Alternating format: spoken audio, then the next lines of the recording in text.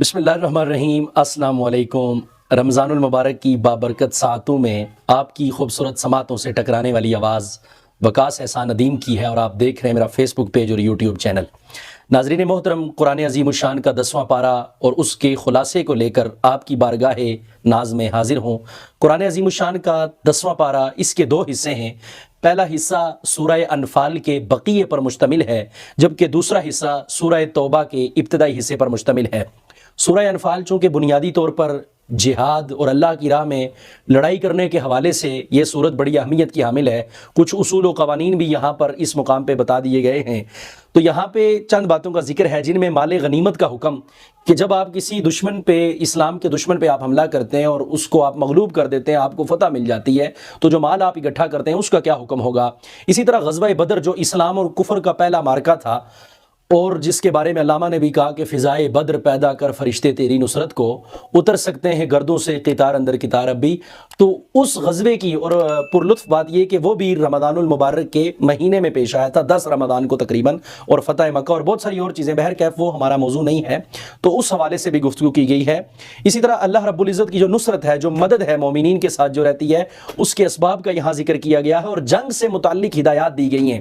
آج پوری دنیا کے اندر جو طاقتور قوتیں ہیں، جو عالمی استعمار ہے، سامراج ہے، وہ جب کسی پہ چڑھائی کرتا ہے، کسی کے ساتھ جنگ کرتا ہے، کسی کے ساتھ جب وہ مار کارائی کرتا ہے، تو ان کا رویہ کیا ہوتا ہے؟ بظاہر تو یہ اپنے آپ کو انسانیت کا ہمدرد بتاتے ہیں، لیکن جب یہ کسی کے ساتھ لڑائی کرتے ہیں تو جو انسانیت سوز واقعات جنم لیتے ہیں ان سے آپ سب واقف ہیں۔ لیکن اللہ رب العزت نے قرآن عظیم الشان کے اندر مسلمانوں کو دوسرے کے ساتھ جنگ کرنے کے حوالے سے جو اصول وضع کیے ہیں، ان کا اس مقام پر ذکر کیا گیا ہے اور بتایا گیا ہے کہ جنگ کرنے کے لیے آپ کو عسکری، مادی، معاشی اور ہر اعتبار سے اپنے آپ کو مضبوط رکھ کے جو ہے تو جنگ کرنی ہے، اور اگر کوئی صلح آپ کے ساتھ کرنا چاہے تو آپ بالکل اس کے ساتھ صلح کیجئے گا۔ دوسری سورہ مبارکہ سورہ توبہ، دوسرا حصہ سورہ توبہ کے ابتدائی حصے پر مشتمل ہے اور اس میں 2 باتیں ہیں۔ پہلی بات کہ مشرکین اور اہل کتاب کے ساتھ جہاد، مشرکین سے جو معاہدے کیے گئے تھے مسلمانوں نے، ان کے بارے میں کہا گیا کہ آپ ان سے برات کا اعلان کریں اور مشرکین کو حج بیت اللہ۔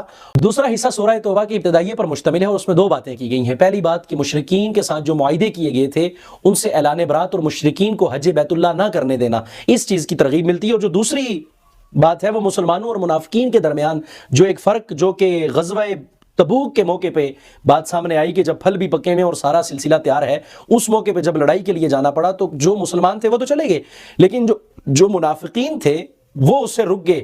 تو اللہ رب العزت نے جناب نبی کریم صلی اللہ علیہ وآلہ وسلم کو متنبہ کیا کہ آپ نے ان منافقین کا جنازہ بھی نہیں پڑھانا اور ان کے ساتھ اپنے روابط نہیں رکھنے، کیونکہ یہ دل سے جو ہے تو ایمان نہیں لائے ہوئے، یہ دل سے ایمان نہیں لائے ہوئے، بلکہ یہ منافقین ہیں۔ تو جو مسلمان تھے وہ تو جہاد کرنے کے لیے گئے، اور جو مسلمان بظاہر بنے ہوئے تھے وہ جہاد کے لیے نہیں جا سکے، تو اس مقام پہ ان کے حوالے سے بھی ذکر کیا گیا ہے۔